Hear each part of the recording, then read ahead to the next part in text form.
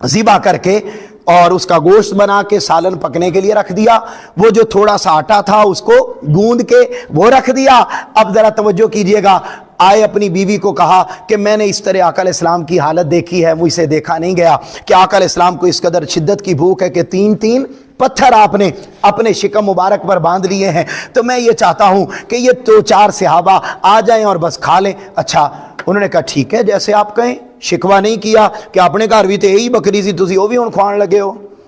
ہیں، یہ نہیں کہا، کوئی شکوہ نہیں کیا۔ آگے آقا کی بارگاہ میں اگر عرض کیا یا رسول اللہ صلی اللہ علیہ وسلم، کان میں بات کہی، بولیے کیا؟ کان میں بات کہی کہ یا رسول اللہ صلی اللہ علیہ وسلم مجھے آپ کی حالت دیکھی نہیں گئی، آپ نہ ذرا 2-4 صحابہ کو، حضرت ابوبکر کو، عمر فاروق کو، عثمان غنی کو، مولا علی المرتضیٰ کو، قریبی جو 4-5 ہیں ان کو لے آئیں، آپ آ جائیں، کھانا کھا لیں۔ کان میں بات کی، آقا علیہ السلام نے اعلان کر دیا، غزوہ خندق میں کام کرنے والے صحابہ سنو، ہم سب کی دعوت جابر نے کر لی ہے۔ کہتے ہیں میرے تو زمین سے پاؤں سے زمین نکل گئی کہ یہ کیا ماجرا۔ خیر ادب کا تقاضا تھا، یہ بھی نہیں کہا کہ یہ آپ نے کیا کیا، ہمارے جیسا ہوتا۔ میں گل کانچ کی تھی، سرکار نے مطلب سارا اعلان کر دیا، لیکن کیا ادب کا یہ عالم تھا۔ آئے اور آ کے گھر میں بیوی کو بتایا،